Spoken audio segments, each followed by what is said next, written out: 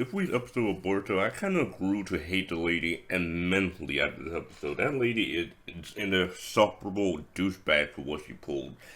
Now, the fact that we got to see Tsuzura actually had to go back to his home with his mother and coming to the realization that even his hawk, Yuki, will be sold, it kind of triggered me how she went on about this pretentious speech on how she's in the right for selling animals. That it's the animals that give her self importance, and therefore she can just justify it as excusable.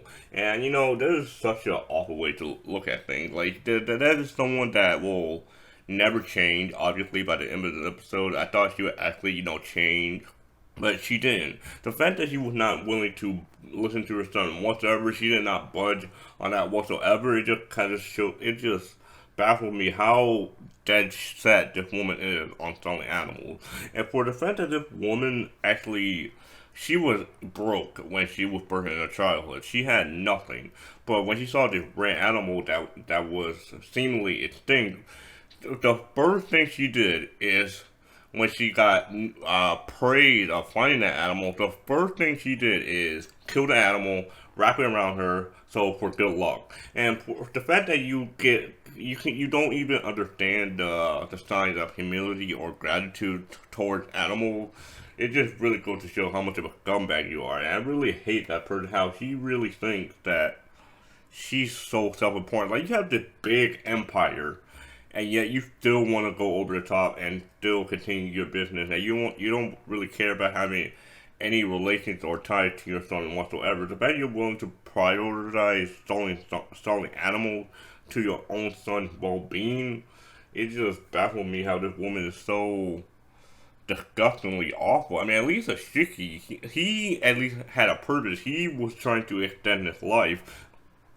This woman, all she's doing is trying to extend her self-importance or her dominance over the selling animal market or business or whatever that jazz. It just really grosses me out how far she's willing to go for these things. And for the fact that we actually get to see that Sasuke actually did to get the hawk, and actually the fact that we actually see the hawk do a fake out, because I thought it was pretty cool how we saw Tsuzura actually actually stand up to his mother, actually take the hawk, and actually try to go out of his way to meet Sasuke, meet Boruto, and others. And the fact that the mother was even willing to break a bone of of her own son, it again that just shows to me that you really do not care about your son.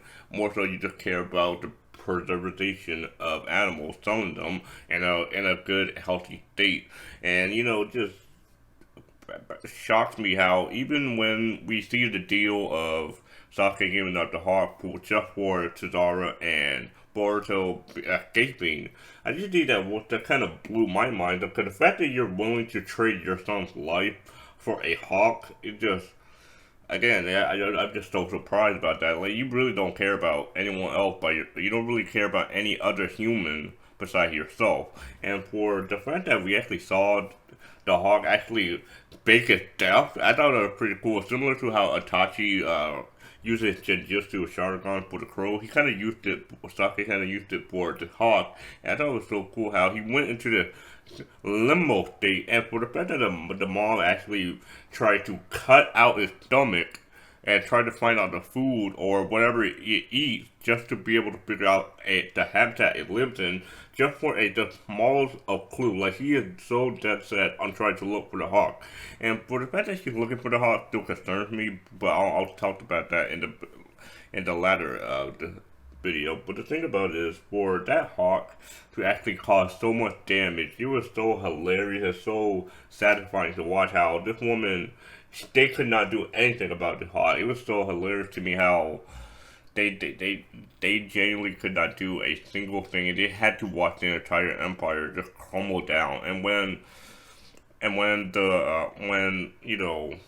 the lady finally comes to catches up to Sake and others, by that point it's too late. The security guard had already realized who Sake is. He already realized that he is Sake UCHIHA. But the lady, she is so stuck up her ass that she still thinks that she is beyond Sasuke. That she will always get her way. That nothing will change. That she doesn't care about Sasuke.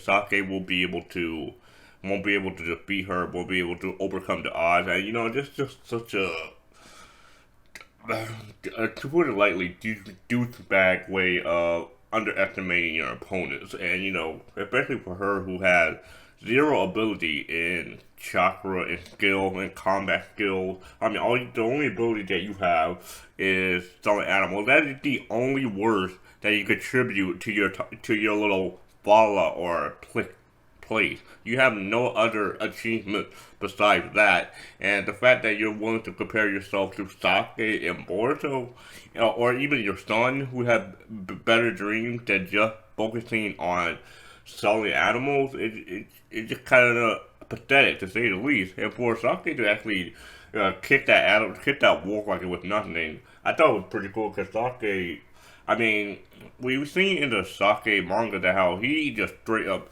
destroyed that wolf destroyed the dinosaur with no trouble. And for Sasuke to do that here, he did it with a mere kick and a mere glance to make that wolf step down. And just kind of awesome to see how Sasuke ain't nothing good about Sasuke. Sasuke will always remain supreme, always remain collected, cool, and calm. And I just thought that was pretty cool to see how Sasuke been getting quite the treatment this year. And for back to what I was saying earlier about for Tsuzura, how he actually made a choice to completely break ties with his mother. I thought that was pretty cool. He definitely needed that because he was never gonna evolve better as a human being. Because the mother, she's not really a human being. She's not really a respectable human being. But Chidara, things could be different. But the thing that bothers me, though, why would you live with the old man? You know that the mother is looking for hawks. And the house isn't that far away from Rakuen.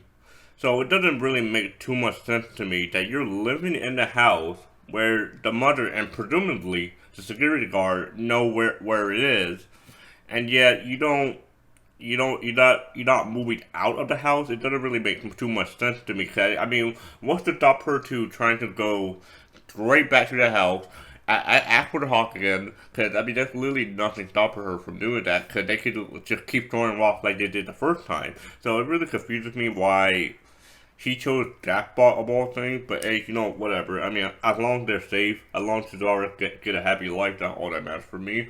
But the fact that Sasuke actually did say that he actually needs to look out for code, I mean, hopefully the code art will be next year. Even though the code art in the manga is pretty slow, I do hope that we do get a more build up in the anime. We actually do get more scenes that's connected to the code art, similar to how Kawaki had his backstory with Jigen. I hope we get similar treatment for the code art because as of right now, even in the manga, Code isn't really the most interesting villain in the series. I don't have to say that much. He definitely know Itachi. He definitely know even Momoshiki. But for him, he's just okay. So I just hope he gets better treatment in the anime. But the fact that we actually do see that Boruto actually arrives on the train, actually starts to go back home, and the thing that point that I noticed is this guy is chained up, has explosion tag on his arm, and Boruto has no reaction to that. It was just kind of crazy, but like that would be the first thing I noticed. Not the kid. Like I wouldn't even pay attention to the kid who tried to break his arm trying to open the window. I would pay attention solely to the explosion guy. Like that guy is clearly dangerous with the way it looked like things, but Boruto is just tired seemingly, and apparently everyone else. The fact that everyone else slept at the same time kind of baffled me. Except if they like were put into a genjutsu that makes everyone sleep. That's accessible. That's fine to me. That wouldn't make sense. But the fact that like Boruto actually wake up into this Squid Game type arena, it just kind of makes me laugh because I am kind of curious the prospect of what could happen to benefits, how if that could play out. But the thing about Boruto, it's kind of more meant for kids in the way that Squid Game is so damn bloody, it's so damn gory, and I just don't see that being the case with Boruto. I would like to be proven wrong. I would like to see people die in this arc. That would be great to see. But the fact that like it kind of follows the same trend of how you guys had nearly avoided death and here's a way to come back to your original life. Everyone tried to escape this cell to go back to their original life. I thought that was pretty cool. I can't wait to see how this all go because I'm presuming that they don't have any well, I'm gonna guess they don't have any chakra. They can't use any skills up to them right now because if they did, Boruto would be able. I feel like Boruto would be able to easily defeat all of them. But I don't think chakra is gonna be an important factor in this arc. I don't want to say. I think it's probably just gonna be more so skills and brain. But